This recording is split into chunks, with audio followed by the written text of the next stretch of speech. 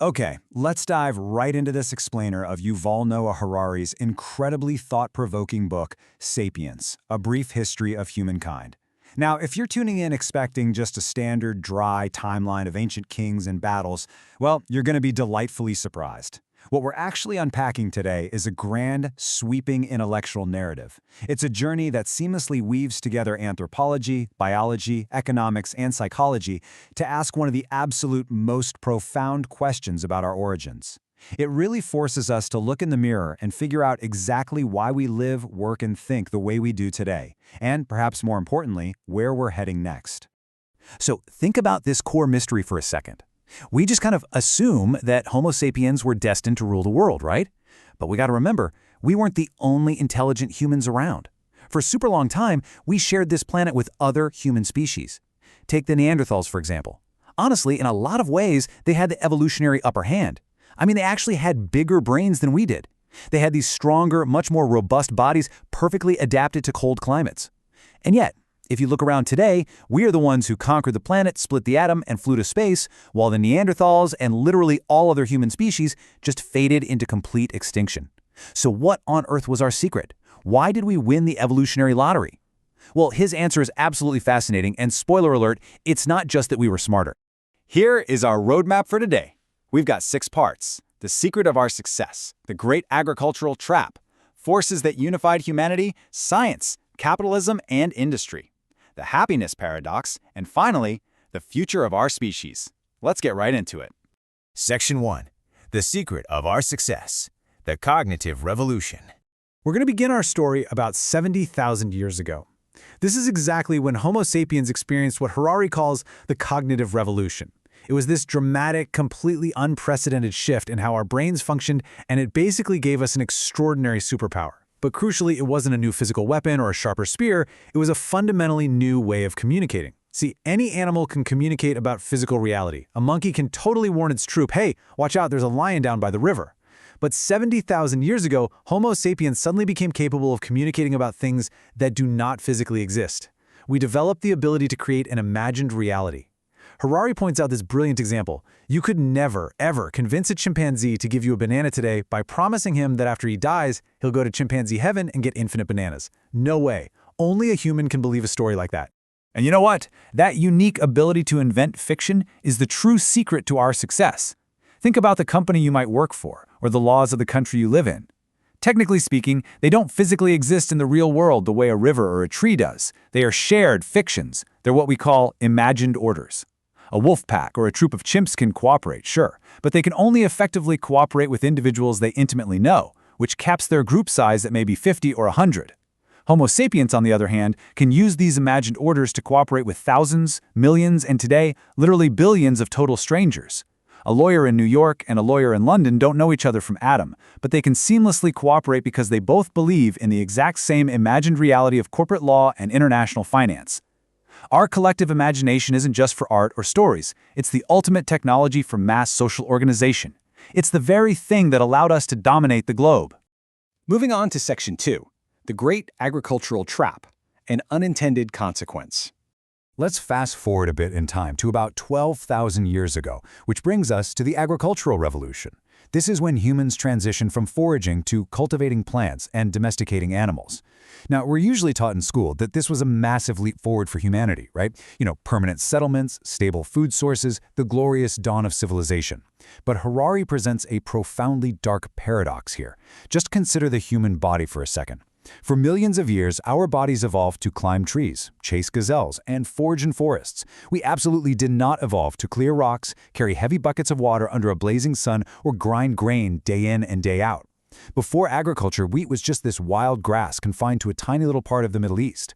Suddenly, humans were spending their entire lives breaking their backs to plant it, protect it, and spread it across the entire globe. We suffered slip discs, arthritis, and honestly poorer diets, all just to serve this one plant. So, did we really domesticate the wheat, or did the wheat domesticate us? This realization brings us to a pretty devastating historical reality, the agricultural trap. You might be wondering, well, why didn't we just stop farming when it got so insanely difficult? Well, because growth created this vicious cycle of dependence. You settle down, you cultivate more food, which inevitably leads to a massive population increase. But a larger population requires even more food, locking you into even more intensive, back-breaking agriculture.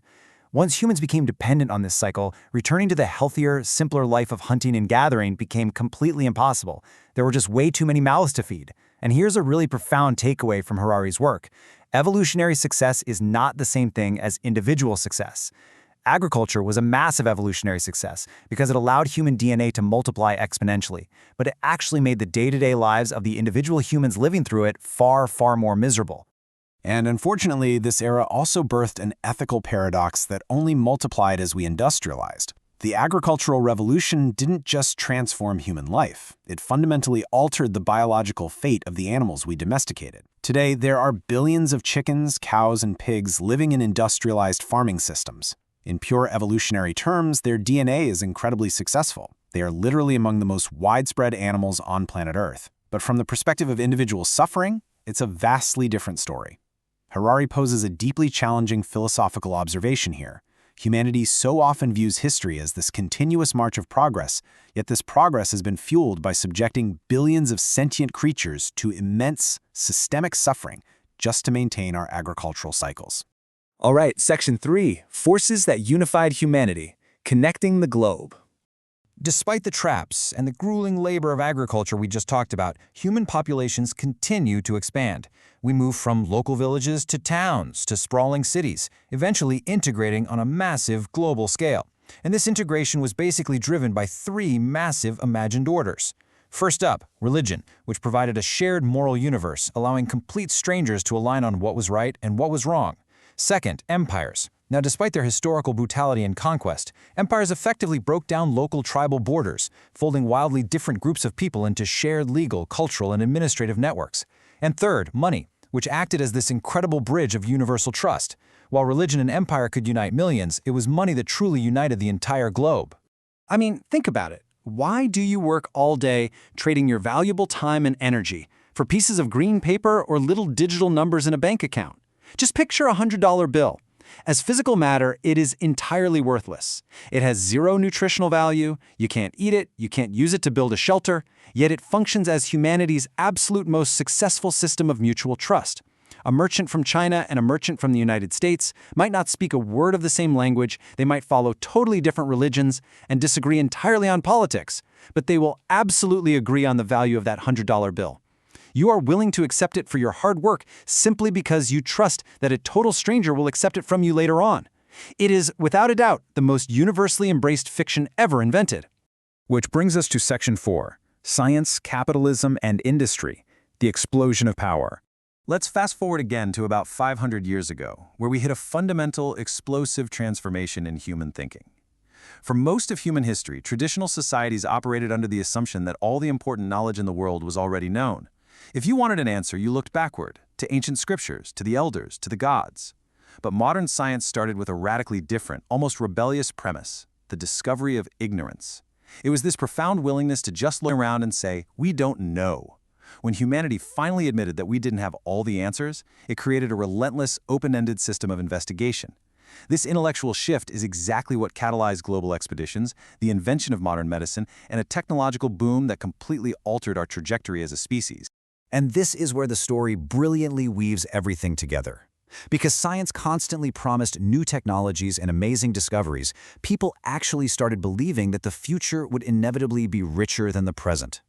This newfound optimism practically invented the modern concept of credit. Credit allowed us to borrow against a better tomorrow to fund industry today. But to run these massive new industries, we needed completely unprecedented amounts of energy, which led straight to the exploitation of fossil fuels like coal, oil, and gas. Suddenly, human productive capacity exploded beyond anyone's wildest imagination. And this entire engine of science, capitalism, and industry completely rewired our society. It pulled us away from relying on close-knit agricultural families for survival and gave rise to the modern individual. Someone who lives in a sprawling city, works in a factory or an office, and relies almost entirely on the state and the free market for everything they need. Section 5, the happiness paradox, progress versus experience. Now, with all this incredible, almost godlike power we've accumulated, I mean, we can sequence our own DNA, we've walked on the moon, we carry supercomputers in our pockets, we really have to pause and analyze the subjective experience of the modern human. This brings us to a concept psychologists call the hedonic treadmill. You see, objective conditions are very, very different from subjective experience. Let's say you buy an amazing new car. Your happiness naturally spikes. But human biology and psychology basically dictate that we adapt. Pretty soon, that amazing new car is just your boring everyday commute. Your expectations rise, and you start wanting an even better car. And there is a deeply ingrained evolutionary reason for this. Evolution doesn't actually want us to be permanently happy. A perfectly content animal stops searching for food or a mate and gets outcompeted. Evolution specifically designed us to be constantly dissatisfied, so we just keep striving. Which leads us to perhaps the most profound and unsettling paradox of this entire narrative. We are undoubtedly richer, stronger, and vastly more technologically capable than our hunter-gatherer ancestors. But with all our modern medicine, blasting air conditioning, social media, and endless streaming entertainment, are you actually happier day to day than a forager living 30,000 years ago? We still experience profound loneliness, absolutely soaring rates of anxiety, and pretty constant existential dread. Harari makes a really compelling case that our technology has advanced at lightning speed, but our underlying psychology is still hardwired for the savannah. So the big question of whether all of our immense power and progress has translated into actual, meaningful subjective well-being, that remains frustratingly unresolved. And finally, Section 6, the future of our species, beyond Homo sapiens. As we wrap up, we have to look out at the looming technological horizon, because, folks, the rules of the game are changing forever. For 4 billion years, every single living thing on this planet was governed by the slow, blind forces of natural selection. But we are right now, at this very moment, transitioning from the era of natural selection to the era of intelligent design. We are literally gaining the ability to hijack our own evolutionary process. Through biological engineering, we're learning to rewrite genetic codes and manipulate our own bodies. With cyborg technology, we are actively dissolving the line between biology and machinery, merging neural systems directly with computer interfaces. And with artificial intelligence, we are creating inorganic life that could vastly surpass our own human cognition. We are no longer just an ape adapting to its environment. We now possess the power to redesign life itself, potentially rendering our biological origins completely obsolete. So as we stand at the precipice of this immense, completely unprecedented capability, the ultimate challenge is not predicting what we will become, but asking what we actually want to become. Our science and our technology are handing us the creative and destructive power of ancient gods, but all that power doesn't inherently tell us what we should actually do with it. We are a species that is extraordinarily powerful, yet remarkably uncertain of our own purpose. So as we bring this explainer to a close, I want to leave you with this one thought to ponder long after we finish. As we hurtle into an unknown future, holding the power to engineer life itself, what is the story we actually want to write? Welcome to the Digital Academy of Enriching Arts. Here, we cross the boundaries of time to explore the greatest triumphs of human creativity. But to keep this journey going, we need a little help from you. If you enjoy diving deep into the masterpieces of literature and philosophy, be sure to hit that like button. It helps us bring these timeless stories to more people.